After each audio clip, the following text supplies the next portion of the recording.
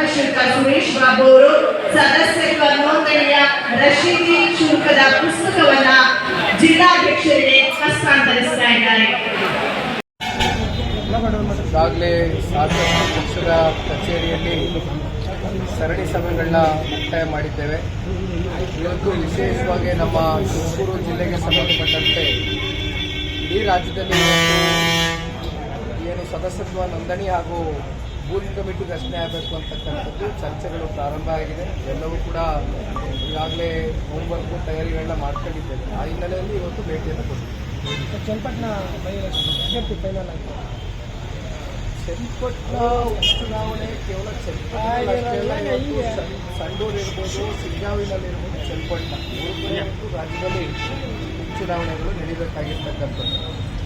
ಹಾಗಾಗಿ ಸಾಕಷ್ಟು ಈಗಾಗಲೇ ಅಭಿಪ್ರಾಯಗಳು ವ್ಯಕ್ತವಾಗ್ತಾ ಇದೆ. ಭಾರತೀಯ ಜನತಾ ಪಾರ್ಟಿಯ ರಾಜ್ಯ ನಾಯಕರು, ನಮ್ಮ ರಾಜ್ಯ ನಾಯಕರು, ಕೇಂದ್ರದ ಭಾರತೀಯ ಜನತಾ ಪಾರ್ಟಿಯ ರಾಜ್ಯ ನಾಯಕರು ಎಲ್ಲ ಕೂತ್ಕೊಂಡು ಚರ್ಚೆಯನ್ನು ಮಾಡ್ತಾ ಇದ್ದಾರೆ. ಸೂಕ್ತವಾದಂಥ ಸಂದರ್ಭದಲ್ಲಿ ತೀರ್ಮಾನ ಕೈಗೊಳ್ಳುತ್ತೆ. ಯೋಗೀಶ್ವರ ಅಭ್ಯರ್ಥಿ ಆಗಬೇಕಂತ ಬಿಜೆಪಿ ಅವರು ಪ್ರಯತ್ನ ಮಾಡ್ತಾರೆ. ಡೈಲಿ ಮೀಟಿಂಗ್ ಕೂಡ ಮಾಡ್ತಾರೆ. ಚರ್ಚೆಗಳು ಆಗಬೇಕಾಗ್ತದೆ. ಆರೋಗ್ಯಕರವಾದಂಥ ಒಂದು ಚರ್ಚೆಗಳು ಆದಾಗಲೇ ಫಲಿತಾಂಶ ನಮ್ಮ ಪರವಾಗಿ ಬರಲಿಕ್ಕೆ ಸಾಧ್ಯ. ಆದರೆ ಅಂತಿಮವಾಗಿ ಯಾವುದೇ ಅಭ್ಯರ್ಥಿ ಅಂದರೂ ಕೂಡ NDA ಅಭ್ಯರ್ಥಿ ಆಗಿರ್ತಾರೆ. ನೋಡ ಬನ್ನಿ, NDA ಅಭ್ಯರ್ಥಿ ಅನ್ನಲ್ಲ, ಈ JDS BJPಯನ್ನ ಪ್ರಶ್ನೆಯನ್ನ ನಾವು ಒಟ್ಟಾಗಿದ್ದೇವೆ, ಒಗ್ಗಟ್ಟಾಗಿದ್ದೇವೆ. ಹಾಗಾಗಿ ಇದು NDA ಅಭ್ಯರ್ಥಿ ಆಗುತ್ತೆ. ಲೋಕಸಭೆ ಚುನಾವಣೆ ಬಳಿಕ ಪಕ್ಷಕ್ಕೆ ಇನ್ನಷ್ಟು ಊರು ಬಂದಿರುವಂಥದ್ದು ಯಾವ ಥರ ರೂಪುರೇಷೆ ಮಾಡುವಂಥದ್ದು ಸಭೆಗಳು ಮಾಡ್ತಾರೆ. ರಾಜ್ಯದ ಜನತೆ ಜನತಾದಳ ಪಕ್ಷ ಹಾಗೂ ಭಾರತೀಯ ಜನತಾ ಪಾರ್ಟಿಯ ಏನಿವತ್ತು ಸಮ್ಮಿಲನವನ್ನು ಒಪ್ಪಿದ್ದಾರೆ. 28 ಲೋಕಸಭಾ ಕ್ಷೇತ್ರಗಳಲ್ಲಿ ಅತಿ ಹೆಚ್ಚು ಸಂಸದರನ್ನು ಆಯ್ಕೆ ಮಾಡಿ ಶ್ರೀ ನರೇಂದ್ರ ಮೋದಿಜಿ ಅವರಿಗೆ ಒಂದು ಕೊಡುಗೆಯಾಗಿ ರಾಜ್ಯದ ಜನತೆ ಕೊಟ್ಟಿದ್ದಾರೆ. ಅದರಲ್ಲೂ ನಮ್ಮ ತುಮಕೂರು ಜಿಲ್ಲೆಯಿಂದಲೂ ಇವತ್ತೇನು ಸೋಮಣ್ಣ ಅವರು ಕೂಡ ಗೆದ್ದಿದ್ದಾರೆ. ಇವತ್ತು MOS ಆಗಿ ಕೆಲಸವನ್ನು ಮಾಡ್ತಾ ಇದ್ದಾರೆ, ಅವರು ಕೂಡ ಮಂತ್ರಿಗಳಾಗಿ. ಹಾಗಾಗಿ ರಾಜ್ಯ BJP ಮತ್ತು JDSನ ಹೊಂದಾಣಿಕೆಯನ್ನು ಒಪ್ಕೊಂಡಿದ್ದಾರೆ. ಬಹುಶಃ ಮುಂಬರ್ತಕ್ಕಂಥ ಸ್ಥಳೀಯ ಚುನಾವಣೆಗಳಿರ್ಬೋದು, ಅದೇ ರೀತಿ ಮುಂಬರ್ತಕ್ಕಂಥ ವಿಧಾನಸಭಾ ಚುನಾವಣೆ ಒಗ್ಗಟ್ಟಾಗಿ ಹೆಜ್ಜೆಯನ್ನು ಹಾಕ್ತಾರೆ. ಸರ್, ಈಗ ದರ್ಶನ್ ಪದೇ ಪದೇ ಅವರು ಕಾನೂನನ್ನು ಮೀರುವಂಥ ರೀತಿ ನಡ್ಕೊಳ್ತಾ ಇದ್ದಾರೆ. ಒಬ್ಬ ಮಾದರಿಯ ವ್ಯಕ್ತಿಯಾಗಿ ನಿಂತ್ಕೊಳ್ಳಿಕ್ಕೆ ಸಾಧ್ಯನೇ ಇಲ್ವಾ? ಯಾಕೆ ಅಲ್ಲಿ ಅದ್ರ ಬಗ್ಗೆ ಎಲ್ಲ ನಾನೇನು ಹೆಚ್ಚಾಗಿ ಮಾತು ಕೊಡ್ತಕ್ಕಂಥ ಅವಶ್ಯಕತೆ ಇಲ್ಲ. ಕಾನೂನಿದೆ, ನೀವು ಹೇಳ್ದಂಗೆ ಕಾನೂನಿಗಿಂತ ದೊಡ್ಡವರು ಯಾರೂ ಇಲ್ಲ. ಕಾನೂನಿಗೆ ಎಲ್ಲರೂ ಕೂಡ ತಲೆ ಬಾಗಬೇಕಾಗ್ತದೆ. ಹಾಗಾಗಿ ಇದಕ್ಕೆ ಹೆಚ್ಚು ಪ್ರಾಮುಖ್ಯತೆ ಕೊಡ್ತಕ್ಕಂಥದ್ದೇನಿಲ್ಲ. Thank you. ಈಗಾಗಲೇ ಶಾಸಕ ಪಕ್ಷದ ಕಚೇರಿಯಲ್ಲಿ ಸರಣಿ ಸಭೆಗಳನ್ನ ಮುಕ್ತಾಯ ಮಾಡಿದ್ದೇವೆ.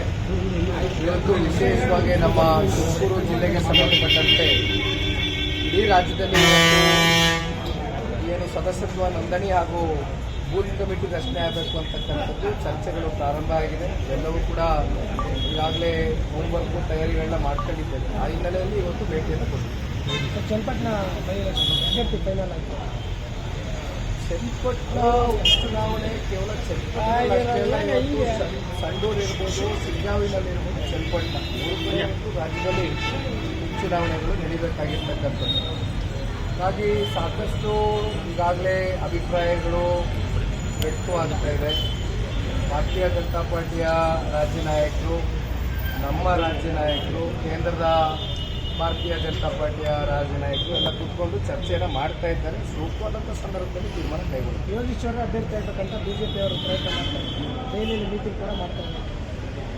ಚರ್ಚೆಗಳು ಆಗಬೇಕಾಗ್ತದೆ. ಆರೋಗ್ಯಕರವಾದಂಥ ಒಂದು ಚರ್ಚೆಗಳು ಆದಾಗಲೇ ಫಲಿತಾಂಶ ನಮ್ಮ ಪರವಾಗಿ ಬರಲಿಕ್ಕೆ ಸಾಧ್ಯ.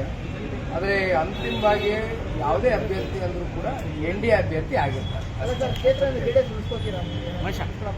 ನೋಡ ಬನ್ನಿ, NDA ಅಭ್ಯರ್ಥಿ ಅನ್ನಲ್ಲ, ಈ JDS BJPಯನ್ನ ಪ್ರಶ್ನೆಯನ್ನ ನಾವು ಒಟ್ಟಾಗಿದ್ದೇವೆ, ಒಗ್ಗಟ್ಟಾಗಿದ್ದೇವೆ. ಹಾಗಾಗಿ ಇದು NDA ಅಭ್ಯರ್ಥಿ ಆಗುತ್ತೆ. ಲೋಕಸಭೆ ಚುನಾವಣೆ ಬಳಿಕ ಪಕ್ಷಕ್ಕೆ ಇನ್ನಷ್ಟು ಊರು ಬಂದಿರುವಂಥದ್ದು ಯಾವ ಥರ ರೂಪುರೇಷೆ ಮಾಡುವಂಥದ್ದು ಸಭೆಗಳು ಮಾಡ್ತಾರೆ. ರಾಜ್ಯದ ಜನತೆ ಜನತಾದಳ ಪಕ್ಷ ಹಾಗೂ ಭಾರತೀಯ ಜನತಾ ಪಾರ್ಟಿಯ ಏನಿವತ್ತು ಸಮ್ಮಿಲನವನ್ನು ಒಪ್ಪಿದ್ದಾರೆ. 28 ಲೋಕಸಭಾ ಕ್ಷೇತ್ರಗಳಲ್ಲಿ ಅತಿ ಹೆಚ್ಚು ಸಂಸದರನ್ನು ಆಯ್ಕೆ ಮಾಡಿ ಶ್ರೀ ನರೇಂದ್ರ ಮೋದಿಜಿ ಅವರಿಗೆ ಒಂದು ಕೊಡುಗೆಯಾಗಿ ರಾಜ್ಯದ ಜನತೆ ಕೊಟ್ಟಿದ್ದಾರೆ. ಅದರಲ್ಲೂ ನಮ್ಮ ತುಮಕೂರು ಜಿಲ್ಲೆಯಿಂದಲೂ ಇವತ್ತೇನು ಸೋಮಣ್ಣ ಅವರು ಕೂಡ ಗೆದ್ದಿದ್ದಾರೆ. ಇವತ್ತು MOS ಆಗಿ ಕೆಲಸವನ್ನು ಮಾಡ್ತಾ ಇದ್ದಾರೆ, ಅವರು ಕೂಡ ಮಂತ್ರಿಗಳಾಗಿ. ಹಾಗಾಗಿ ರಾಜ್ಯ ಬಿಜೆಪಿ ಮತ್ತು JDSನ ಹೊಂದಾಣಿಕೆಯನ್ನು ಒಪ್ಪಿಕೊಂಡಿದ್ದಾರೆ. ಬಹುಶಃ ಮುಂಬರ್ತಕ್ಕಂಥ ಸ್ಥಳೀಯ ಚುನಾವಣೆಗಳಿರ್ಬೋದು, ಅದೇ ರೀತಿ ಮುಂಬರ್ತಕ್ಕಂಥ ವಿಧಾನಸಭಾ ಚುನಾವಣೆ ಒಟ್ಟಾಗಿ ಒಗ್ಗಟ್ಟಾಗಿ